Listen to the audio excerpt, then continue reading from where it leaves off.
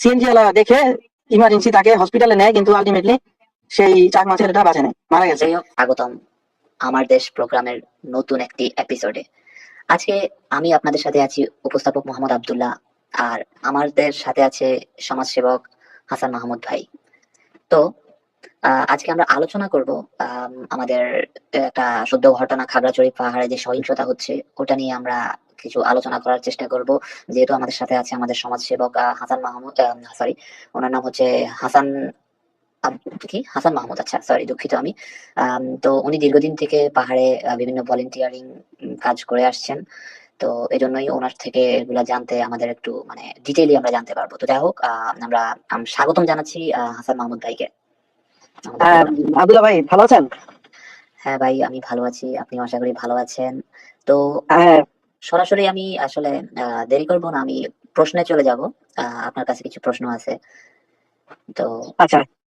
তো আমি জানতে চাচ্ছি, এই যে আদিবাসী, আমাদের আমাদের এই যে পার্বত্য এলাকাগুলোতে অনেক আদিবাসী আছে যারা, তো এই আদিবাসীরা, এই যে বিশেষ করে খাগড়াছড়ি বা পাহাড়ে, চট্টগ্রামের পাহাড়ে, এই আদিবাসীরা মানে কিভাবে এলো ওনারা, ওদের ইতিহাসটা যদি আমাকে একটু বলতেন আর কি।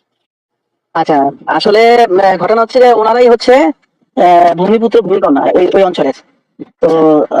আহ, আমরা যারা বাঙালি, আমরা যারা নিচু অঞ্চলে বসবাস করি, সমতল ভূমিতে বাস করি, আমরা আমাদের অনেক আগেই তারা ওইখানে সেটেল হয়েছেন, এবং তারা দেখা গেছে মঙ্গোলিয়া, তিব্বত, ওদিকের ওই সব অঞ্চল থেকে, বার্মা, বিভিন্ন জায়গা থেকে ওই কাজের সন্ধানে বলেন বা যেভাবেই আমরা বলি, ওই ওনারা ধীরে ধীরে ধীরে ধীরে এদিকে আসতে শুরু করে। তো আচ্ছা। এখন সেইভাবেই ওনারা ন্যাচারালি ভাবেই থাকে। আমি বহুদিন ওইখানে কাজ করেছি, আমি তাদের সাথে মিশেছি। তারা খুবই অত্যন্ত ভালো মানুষ। তারা একদম নিরীহ সাধারণ, তাদের ভিতরে কোনো প্যাঁচ নাই, কোনো মানে মানুষের ভিতরে যে একটা হিংসা বিদ্বেষ তাদের ভিতরে কি, এমনকি আপনি শুনলে অবাক হবেন, তারা প্লাস্টিকটা পর্যন্ত, প্লাস্টিক জাতীয় পণ্য ব্যবহার করেই না বললে চলে। তারা হচ্ছে প্রাকৃতিক ন্যাচারালি যেই জিনিসপত্র ওগুলাই ব্যবহার করে, যাতে কিনা পাহাড়ের কোনো ক্ষতি না হয়। এবং তারা কিন্তু পাহাড় কাটে না, ঝুম চাষি আচ্ছা। করে, পাহাড়ে ঢালে করে, পাহাড় কেটে করে না। পাহাড় কাটলে কিন্তু প্রকৃতির জন্য বড় বড় ধরনের ক্ষতি। তো ওনারা একদম মানে প্রকৃতির বন্ধু ছাড়া আর কিছু বলা যাবে না, বুঝছেন? হ্যাঁ, আচ্ছা। এই আর আচ্ছা। কি। আচ্ছা, বুঝতে পেরেছি। আচ্ছা, তো ওনাদের নিয়ে ওনারা মানে আমাদের মুক্তিযুদ্ধ হয়েছিল, আমাদের স্বাধীনতার যুদ্ধ হয়েছিল, ওই যুদ্ধের সময় ওনাদের কি কোনো ভূমিকা ছিল? আসলে মুক্তিযুদ্ধের বিষয়টা তো এটার পাশাপাশি যদি আমি একটু পিছন থেকে বলি, তাহলে বিষয়টা একটু সহজ হয়। হুম, হুম, দেখুন, ওনারা যখন মোগলরা আসেন, মোগলরা আসার পরে মোগলরা প্রথম 1760 খ্রিস্টাব্দে হুম, এই ব্রিটিশদের কাছে হস্তান্তর করে এই পাহাড়, এই পার্বত্য চট্টগ্রাম। আচ্ছা। আচ্ছা। পরবর্তীতে 1900 সালে, 1900 খ্রিস্টাব্দে প্রথম ব্রিটিশরা ঘোষণা করে যে এই পাহাড়িদের ওইখানে বাঙালি বা নিচু অঞ্চলের মানুষ কোনো ওইখানে বসতি স্থাপন করতে পারবে না। কারণ হচ্ছে যে ওনারা ওই পাহাড়কে রক্ষা করার জন্য তারাই একমাত্র উপযুক্ত। ওইখানে অন্য গেলে আপনার একটা কি বলে মানে একটা সংঘর্ষ হয়ে যাওয়ার মতো একটা বিষয় হয়ে দাঁড়ায়, কারণ আমাদের মেন্টালিটি তাদের মেন্টালিটি অ্যাডজাস্ট হবে না, মিলবে না। হুম, তো হুম, সেই হিসাবে ওই ব্রিটিশরা 1900 খ্রিস্টাব্দে এটা মানে ঘোষণা করে। পরবর্তীতে যখন 47-এ আমাদের যে দেশভাগ হয়, হুম, দেশভাগের পরে যখন পূর্ব পাকিস্তান আসে, আর পূর্ব পাকিস্তান সম্বন্ধে তো আমরা সবাই অবগত যে হুম, তারা হুম, আসলে আমাদের বাংলাকে কিভাবে ধ্বংস করার যে পরিকল্পনা করেছিল এবং করে করে গেছেও, বুদ্ধিজীবীদের হত্যা থেকে শুরু করে টোটালটাই ওরা যথেষ্ট ক্ষয়ক্ষতি করেছে। তো ওনারা যখন 1960 সালে একটা প্রকল্প হাতে নেয়, কাপ্তাই, এটা হচ্ছে রাঙামাটি কাপ্তাই, কাপ্তাইতে ওরা এই কি বলে জলবিদ্যুৎ কেন্দ্র, হুম, হুম, হুম, জলবিদ্যুৎ কেন্দ্র যখন ওরা এটা পরিকল্পনা করে এবং এটা যখন করতে শুরু করে, তখন আপনার 40% ভূমি জমি, হুম, মানে সমতল ভূমি জমি, খেতি জমি যেখানে চাষবাস হতো, হুম, 40%-এরও অধিক জমি পানিতে তলিয়ে যায়। এবং ওই ওইখানে প্রচুর চাকমা আদিবাসী যারা আছে, সবাই একদমই আপনার ভূমিহীন হয়, এবং তারা দেখা গেছে ওইখান থেকে অন্যদিকে চলে যায়। মানে কারণ ঘর বাড়ি ডুবে যায়, কারণ ওইখানে বাদ দিয়ে ওই পানিটা ধরে রাখে, তারপরে পানি আস্তে আস্তে করে ছাড়ে এবং ওই টারবাইন ঘুরে ওইভাবে বিদ্যুৎ উৎপন্ন হয়। কিন্তু আসলে এটা একটা খুবই একটা বাজে একটা সিদ্ধান্ত তাদের। তারা আসলে আমাদের বাংলাদেশকে ধ্বংস করার একটা পরিকল্পনা ছাড়া আর কিছুই হতে পারে না। কারণ ওই বিদ্যুৎ কেন্দ্র শুধু ওই পানি দিয়ে হতে হবে এমন কোনো কথা না, বিদ্যুৎ কেন্দ্র অনেকভাবে হতে পারতো। কিন্তু এই যে আদিবাসীদেরকে একটা উচ্ছেদ করার মতো একটা পরিকল্পনা, সেটা আচ্ছা। পাকিস্তানিরা করে আসে। ঠিক আছে, এখন 71-এ যখন আসে, তখন এই 71-এ তাদের ভূমিকা অপরিসীম। যদিও চাকমাদের মধ্যে চাকমা রাজা পাকিস্তানের পক্ষ নিয়েছিল, হুম, কিন্তু হুম, সংখ্যাগরিষ্ঠ আদিবাসীরাই একাত্তরে আমাদের সাথে কাঁধে কাঁধ মিলিয়ে লড়াই করেছে বাঙালিদের সাথে, এবং তারা আচ্ছা অনেকভাবে সহযোগিতা করেছেন, এবং তারা ভারতে গিয়ে ট্রেনিং দিয়েছেন। তারা যথেষ্ট পরিমাণে একাত্তরে আমাদেরকে সহযোগিতা করেছেন, কিন্তু তার বিনিময়ে আমরা কি দিতে পারলাম? বঙ্গবন্ধু এই সংবিধানে, আমাদের 72-এর যে সংবিধানে তাদেরকে কোনো স্বীকৃতি দেয় নাই আদিবাসীদের। এবং আচ্ছা পরবর্তীতে মান সিং সম্ভবত, মান সিং নামটা আমি যদি ভুল না করি, উনি ওনার তত্ত্বাবধানে তখন ওনারা একটা দল গঠন করেন, যে কিনা মানে তাদের অধিকার আদায়ের জন্য, এবং তাদের ভূমি, তাদের সম্পত্তির ব্যাপারেও উদাসীনতা ছিল সরকার, মানে বঙ্গবন্ধুর সরকার, আমলিক সরকার। যখন বঙ্গবন্ধুকে হত্যা করা হয় সপরিবারে, পরবর্তীতে আসলে হচ্ছে জিয়াউর রহমান। তো জিয়াউর রহমান প্রথম এসে যেই ভয়ঙ্কর কাজটা করলো, সেটা হচ্ছে এই বাঙালিদেরকে, চরাঞ্চলের মানুষ যারা কিনা, আপনি জানেন কিনা, চরাঞ্চলের মানুষরা কিন্তু জবরদখল করে, ওদের রক্ত, ওদের ওদের মানে ওদের আচরণটাই এরকম যে কিনা ওরা জবরদখল করে অভ্যস্ত সেই যুগে যুগে কালে কালে। জবরদখল মানে আপনার ওই চর জাগে, ওই চরে ও এদের মধ্যে গ্রুপ থাকে, সংঘর্ষ হয়, রক্তক্ষয়ী সংঘর্ষ তাদের ভিতরে। তো এই মানুষদেরকে নিয়ে গেল ওইখানে সেটেলার হিসেবে। হ্যাঁ, ওইখানে কিন্তু আপনার এই 79 সালে, 1979, এই জিয়াউর রহমানের নেতৃত্বে এখন আচ্ছা আচ্ছা ওইখানে সেটেল করলো, এবং আর্মিদেরকে সাথে দিল। আর্মিরা যুক্ত হয়ে, আর্মিদের কাছে অস্ত্র আছে, আর যারা সেটেলার তারা কি করছে, তারা তো এমনি উগ্র উগ্র মেজাজের মানুষ। তারা আপনার চাঁদপুর থেকে বিভিন্ন চরের মানুষ আর কি, চরাঞ্চলের মানুষ, চাঁদপুরে বিভিন্ন জায়গায় চর আছে, নোয়াখালী ওদিকে আছে, এদিকে আপনার নরসিংদীর এদিক থেকেও নিয়ে গেছে এই মানুষগুলো, বরিশাল থেকে নিয়ে গেছে এই মানুষগুলা। যখন ওইখানে সেটেলার হিসেবে রাখে, আপনি একটা জিনিস চিন্তা করেন, আপনার বাড়ি, আপনার জমি, হুট করে এক গ্রুপ আইসা বৈশা বললো। এখন আপনি প্রতিবাদ করতে গেছেন, আপনাকে অস্ত্র দিয়ে আপনাকে ধামায় রাখতেছে, আপনি তারপরে শোনেন না, বাস গুলি করে দিচ্ছে। তাতে করে আপনার ওই 79 সালে প্রথম গণহত্যা শুরু হয় পাহাড়ে। প্রথম গণহত্যা শুরু হয়, এবং রাঙামাটি, খাগড়াছড়ি, বিভিন্ন অঞ্চলে বিভিন্ন সময়ে গণহত্যা লাগাতার চলতেই থাকে। পরবর্তীতে আসলে হচ্ছে আপনার এরশাদ এরশাদ সরকার এসেও কিন্তু এটাকে কিন্তু থামায় নাই। এরশাদ সরকার এসেও তাদের সাথে কাঁধে কাঁধ মিলিয়ে ওই গণহত্যা চালিয়ে গেছে। আপনার গণহত্যা 79 সালে হয়েছে, 80 সালে হয়েছে, 81, 83, 84, 86, 89, 92, 96 পর্যন্ত গণহত্যা হয়েছে। এবং মারিশা গণহত্যা, খাগড়াছড়ি গণহত্যা, দিঘিনালা গণহত্যা, পানছড়ি গণহত্যা, লগ্নু গণহত্যা, গাইন্দাবাড়ি গণহত্যা, লগ্নু গণহত্যা, লগ্নু গণহত্যা 3বার হয়েছে। 3বার, 92-তে একবার, 96-তে একবার। তো আপনার এই 97-তে এসে সর্বমোট পরিসংখ্যানে দেখা গেছে যে 25,000 থেকে 30,000 পাহাড়িদেরকে নিহত করা হয়েছে। এটা ভাবতে পারেন, মানে এটা কতটা দুঃখজনক, কতটা লজ্জাজনক। আমরা বাঙালি হিসেবে এটা ভাবা যায়। আর তারা কতটা নিরীহ, আপনি যদি তাদের সাথে সামনাসামনি নাম দেখেন, নাম হিসেবে আপনি মানে অবাক হয়ে যাবেন যে তারা এতটা নিরীহ, এতটা ভালো।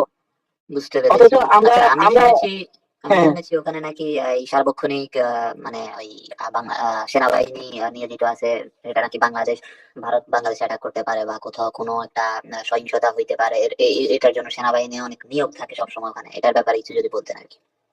আচ্ছা, এটা পুরোপুরি একটা হাস্যকর ঘটনা, হাস্যকর, মানে দুঃখের সাথে হাস্যকর বিষয়টা মানে সৃষ্টি হয় মনের ভিতরে। সেটা হচ্ছে যে দেখেন, ওইখানে যদি ভারত ইন্ডিয়া যদি অ্যাটাকই করে, তাহলে কেন পাহাড়ি শুধু করবে, তাই না? তো ইন্ডিয়া অ্যাটাক হলে তো অন্য দিক দিয়ে করতে পারে, সারা পুরো বর্ডারটাই তো ইন্ডিয়ার, বাংলাদেশ সীমানা তো পুরো ইন্ডিয়া, এক কোনায় অল্প একটু জায়গা শুধু মায়ানমারে। আচ্ছা, তো আর্মিদেরকে কেন ওইখানে রাখা হয়েছে? ওইখানে ক্যাম্প করা হয়েছে, তাদেরকে কিন্তু ক্যান্টনমেন্ট না, ক্যাম্প মানে হচ্ছে যে যুদ্ধক্ষেত্রে যে ক্যাম্প প্রতিস্থাপন করে, ওই যুদ্ধক্ষেত্রের মতো করে ওদেরকে ওইখানে রাখা হয়েছে শুধুমাত্র এই পাহাড়িদেরকে দমায় রাখার জন্য।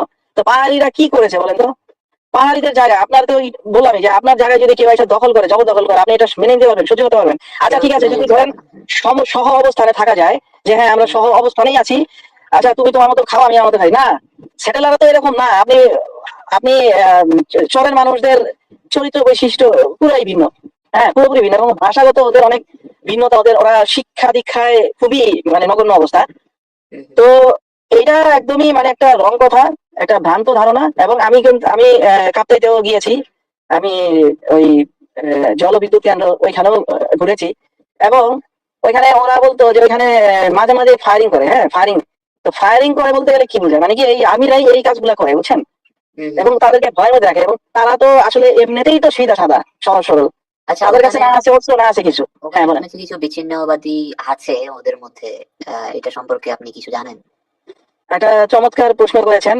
আসলে বিচ্ছিন্নতাবাদী বলতে গেলে কিছুই না। আপনি যখন আপনার এলাকায় যখন অন্যরা দখল করতে শুরু করবে, তখন আপনার ক্ষোভ থেকে কি হবে, একটা এক একটা গ্রুপ তৈরি হবে যে আমাদেরকে আত্মরক্ষা করতে হবে, আমাদের জাতিকে রক্ষা করার জন্য হুম আমাদেরকে যে কোনো মানে ভাবে হোক শত্রুকে মোকাবেলা করতে হবে, যেমনটা কিন্তু আমরা পাকিস্তানের সাথে যুদ্ধ করেছিলাম যেভাবে, হুম হুম তাই না? হুম শত্রুকে হুম, মোকাবেলা করতে হবে। তো বুঝতে আপনি পেরেছি। যদি তাদেরকে, তাদের যে ন্যাশনালিটি, তাদের জাতীয় জাতিগত যে তাদের জমি, তাদের ভিটাবাড়িকে যদি আপনি অ্যাটাক করেন, তখন তারা কি করে বলেন? তাদেরকে বাঁচার জন্য, মানুষ কিন্তু বাঁচার জন্য শেষ কামড়টা দেয়। হুম হুম তো হুম। শেষ কামড় হিসেবে তারা তো আসলে এরকম বিচ্ছিন্নতাবাদী গ্রুপ তো সংগঠিত হবেই। আর পাশাপাশি বর্তমান যে সরকার, তারা কিন্তু ওই মায়ানমারের সাথে যে করিডোর দিছে, ওই যে আরাকান বাহিনী, আরাকান যে গোষ্ঠী, এদের সাথে হুম, যেটা সমঝোতা করতেছে, তাতে করে কি হইতেছে, আমাদের সার্বভৌমত্বের প্রতি হুমকি স্বরূপ আচরণ করা হচ্ছে। এবং এইটা পুরোপুরি ভাবে সেনাবাহিনী, বাংলাদেশ সেনাবাহিনীর পক্ষ থেকেই কিন্তু এই কাজগুলো করা হচ্ছে। আচ্ছা। তাহলে আপনি একটা জিনিস বলেন যে সেনাবাহিনীরা কি তাহলে রক্ষক না ভক্ষক? হ্যাঁ, সেটা তো এই প্রেক্ষাপট অনুযায়ী তো এখানে এই রক্ষকের জায়গা ভক্ষকই মনে হতে পারে বা হচ্ছে, এটাই হচ্ছে। আ- আরেক আহ আরেকটা আরেকটা কথা অ্যাড করি। আমি বিশ্ববাসীকে জানানোর জন্যই আজকের আপনার লাইভে এসে কথাগুলো বলছি। সবাই জানুক, সবাই বুঝুক, সবাই জানা উচিত। দেখুন, সত্য সত্য, আপনার যদি খারাপও লাগে শুনতে, কিন্তু সত্যটা কেন আপনি গোপন করবেন? কেন আপনি সেই কাজটা করবেন? আজকে আপনার ফ্যামিলিরও কেউ সেনাবাহিনীতে চাকরি করতে পারে, আমারও পরিবারের সেনাবাহিনীতে কেউ চাকরি করতে পারে, কিন্তু সেনাবাহিনীর আসলে কাজটা কি? আমরা যে ট্যাক্স দিয়ে যাচ্ছি, ট্যাক্সের টাকায় তাদের বেতন হচ্ছে, সবকিছু হচ্ছে, ওকে ফাইন। তারা আমাদের সার্বভৌমত্বকে রক্ষা করার জন্য কতটুকু অবদান রেখেছে বলেন তো? তারা তো অধিকাংশ ক্ষেত্রেই তারা মিশনে চলে যায়, জাতিসংঘের পক্ষ নিয়ে কাজ করে, হুম তাই না? হুম আমাদের জন্য কি করেছে? এই এই মাটিকে রক্ষা করার জন্য, এই দেশকে রক্ষা করার জন্য, দেশ মাতৃকার জন্য তাদের অবদানটা কি আমাকে বলেন? বর্তমান যে সরকারের যে অবস্থা, মানে বাংলাদেশের যে পরিস্থিতি, এই পরিস্থিতির জন্য একমাত্র দায়ী কারা? অবশ্যই হুম, সেনাবাহিনী। সেনাবাহিনী অবশ্যই, হ্যাঁ। হুম। আচ্ছা, এবং এই যে এখন হ্যাঁ হ্যাঁ। এই এখন বর্তমানে যেটা ঘটছে খাগড়াছড়িতে, খুবই মানে দুঃখজনক, বা এটা নিয়ে কিন্তু অনেক গুজবও ছড়াচ্ছে বিভিন্ন ভাবে। তো এটা নিয়ে যদি একেবারে একটা ডিটেইলি যদি জানাতেন। রিসেন্ট আমি দেখছি অনেক ছবি ভাইরাল হচ্ছে, অনেক চাকমা মানুষদের অনেক মানে কি বলে রক্তাক্ত অনেক, মানে এগুলো দেখতেও খারাপ লাগে, এরকম টাইপের অনেক ছবি ভাইরাল হচ্ছে। তার মধ্যে আবার কিছু কিছু ওই মানুষ আছে যে এগুলা বলে যে ওরা ওরা বিভিন্ন ভাবে সহিংসতা করতেছে, ওরা ভারতের সাথে যুক্ত হইতে চাইতেছে। মানে সব মিলিয়ে আমাকে যদি একটু বিস্তারিত যদি আপনি কিছু যদি জানেন, তাহলে আমার যদি একটু বলতেন আর কি দর্শকদের জন্য। আচ্ছা, বর্তমান অবস্থাটা খুবই একটা কলঙ্কিত অধ্যায় রচনা হয়ে গেল কয়েকদিন আগে। হুম আসলে আপনি একটা জিনিস, একটা বিষয়, একটা ইতিহাস গুলো খেয়াল করেন। এই সেনাবাহিনী প্রতিনিয়ত, প্রতি সময়ে তারা পাহাড়ি হোক বা বাঙালিদের উপরেও কিন্তু নির্যাতন করেছে। আপনি কুমিল্লার একটা খুব ফুটফুটে একটা মেয়ে, সে সেনাবাহিনীর ক্যান্টনমেন্টে গিয়েছিল, বাইরের মেয়ে, মানে সেনাবাহিনীর কোনো কর্মকর্তার মেয়ে না, বাইরের একটা মেয়ে, সে একটা প্রোগ্রামে অংশগ্রহণ করেছিল। সে খুবই মানে দেখতে শুনতে ভালো, ফুটফুটে একটা মেয়ে। সেই মেয়েকে গুম করে ফেলা হয়েছে, তার কোনো লাশ, তার কোনো অস্তিত্ব বলতে কিছু নাই। এবং তৎকালীন যে সরকার, আমলিক সরকার, সেই আমলিক সরকার আমলেও কিন্তু কোনো তদন্ত হয় নাই। কেন হয় না বলেন তো? সেনাবাহিনী করেছে বলে। যদি তদন্ত হতো, তাহলে নিশ্চয়ই সেই হত্যাকারীকে বের করা, শনাক্ত করা যেত কিনা বলেন? যেত, অবশ্যই যেত। ঠিক এইরকম ভাবে কিছুদিন আগে, যদিও তারা বলতেছে যে ওইখানে নাকি বাইরের কেউ একজন সেটেলার ধর্ষণ করেছে পাহাড়ি একটা মেয়েকে। তো হুম হুম বাইরের মেয়েকে ধর্ষণ করেছে, বাইরের একটা সেটেলার একটা পাহাড়ি মেয়েকে ধর্ষণ করেছে, শুধু এইটাই কিন্তু একটা নিউজ না। আপনি কয়েক বছর আগে কল্পনা চাকমার কথা মনে আছে কিনা? হুম কল্পনা হুম হুম। চাকমার তো কোনো অস্তিত্বই নাই। তাও তো এই মেয়ে বেঁচে আছে, ধর্ষণ করেছে, এই মেয়ে বেঁচে আছে, কিন্তু কল্পনা চাকমার ঘটনাটা তো সেনাবাহিনীর মানে কর্তৃক এই ঘটনা। হুম হুম। আপনি তাহলে সেনাবাহিনী, আমাদের বাংলাদেশের সেনাবাহিনী বাংলাদেশের জন্য অবদানটা কি আমাকে একটু দেখান তো। ওই যে বন্যার সময় ওরা যায় টান টান নিয়ে, ওইটাই ওদের কাজ?